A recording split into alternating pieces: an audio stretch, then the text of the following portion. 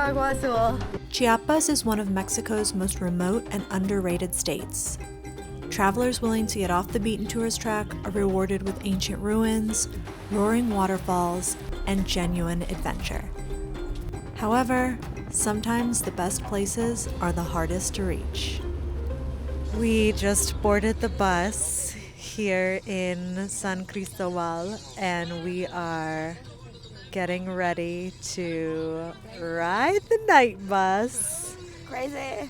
After speeding through the Sumidero Canyon and wandering the colorful streets of San Cristóbal de las Casas, the final stop of our week-long Chiapas adventure was Palenque. The closest airport is in Villahermosa, but if you're already exploring Chiapas like we were, the bus from San Cristóbal or Tuxtla Gutierrez is your best bet. Show the feet. These are that's the footrest. I don't have a pillow. Julia's obviously much more prepared than I am. I have my earplugs. I have my eye mask. I have a rolled up pair of jeans that I'm going to use as a makeshift pillow. And we'll make the most of it. The bus is leaving at 10:15, and it's going to be arriving to Palenque at 6:30 tomorrow morning. I will report back in the morning.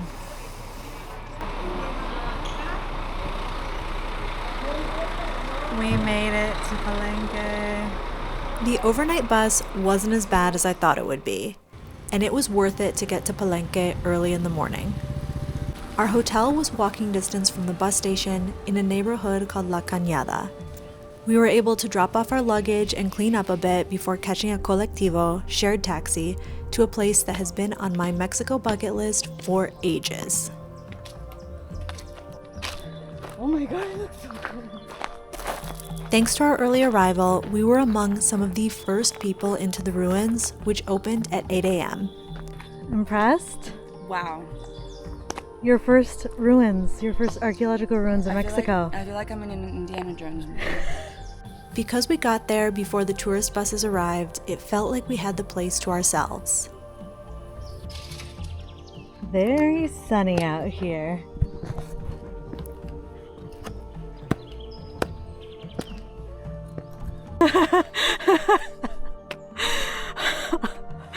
You can do it. Here is the view that we just did the climb for. Check it out. Tucked into the jungle of Chiapas, this ancient site dates back to as early as 226 BC. Get this, only about 10% of the city here has been uncovered. The rest, still hidden beneath thick jungle. That's part of the magic.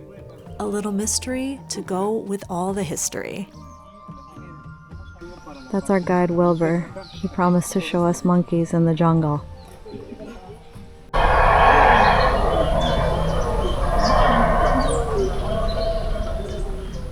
Please tell me that you heard that. That deep guttural roar echoing through the trees.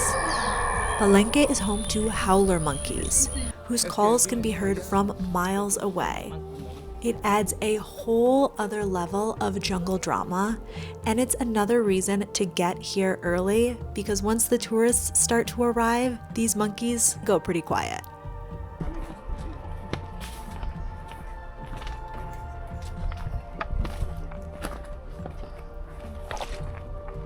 The moment you leave the main ruins behind, the air thickens with humidity, birdsong echoes through the canopy, and you're surrounded by towering ceiba trees, strangler figs, and vines that seem to breathe with the forest.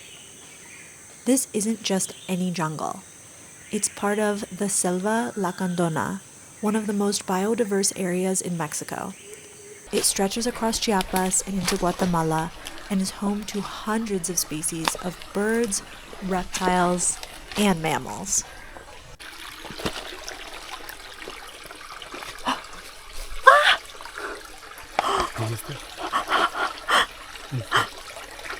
Es el capibara. Nada más que los mayas son chaparritos, no son tan altos.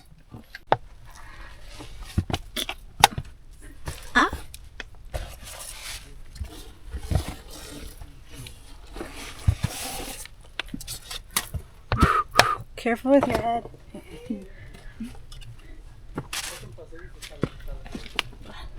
Were they like 1 meter tall, these people? I don't understand. If you visit Palenque, and you absolutely should, I highly recommend pairing your morning at the ruins with an afternoon at Roberto Barios. These waterfalls are a colectivo ride away from Palenque town. We opted to take colectivos throughout our Chiapas trip.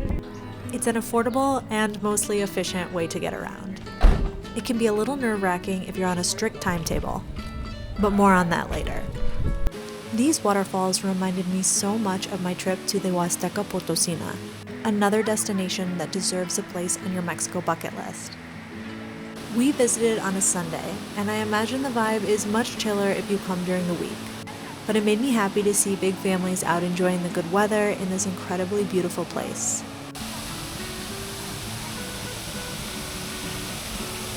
Damn. That's a waterfall.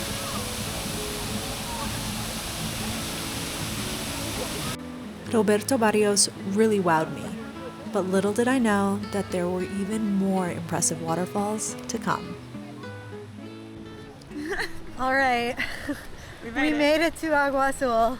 Never in a million years would I have thought to check the weather, and it's raining in March here in the mountains.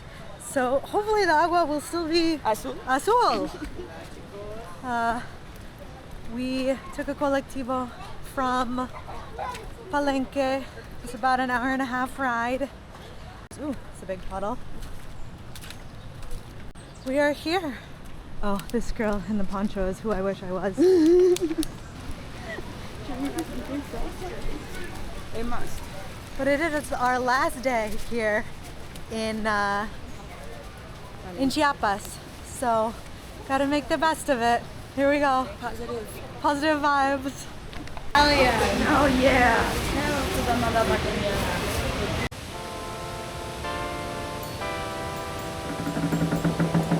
Agua Azul translates to blue water, an apt name for one of the most stunning spots in all of Chiapas. I was worried that the rain would turn the water brown, which is what happens during rainy season. But fortunately for us, the water was still somewhere between turquoise and teal. Wow.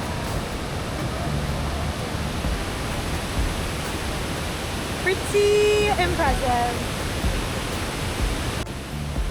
The color comes from the minerals in the water, mostly calcium carbonate.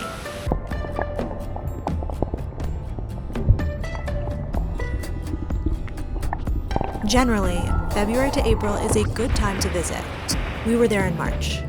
You should avoid visiting from June to October. During the rainy season, the waterfalls really rage and lose their signature color. I just said to Julia that I had no idea that there was going to be such a long walkway all the way back, showing you the different waterfalls, or I guess the different sections of the river. I thought it would be just, raindrops keep falling right on my mic. Raindrops keep falling on my head, they keep falling. I thought that it would just be like you came, saw that first iconic view of the waterfalls from the front, but just keeps going and going and going. There is a lot of room to spread out. Not in hanging out the way it was at Roberto Barios, but for taking pictures, seeing different parts of the falls, that sort of thing. Woo! Rain's coming down harder now.